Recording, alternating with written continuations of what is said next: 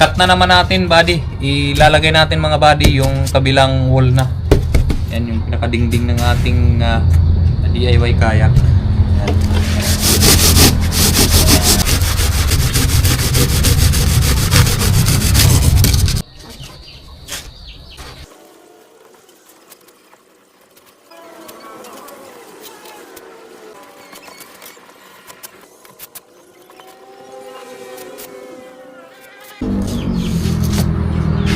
Yan mga buddy, nalagyan na natin ng dingding. Yan, mukhang kayak na yung unahan.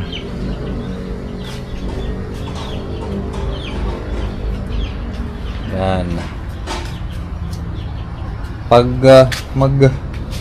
Pag bumalik na yung ilaw,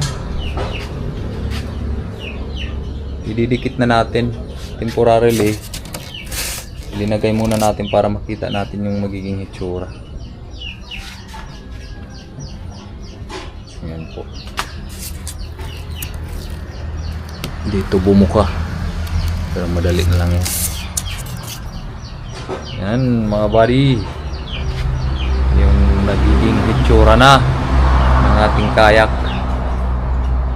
So yan mga buddy. Hanggang dito na lang muna. Hindi natin madidikit kasi wala pang ilaw.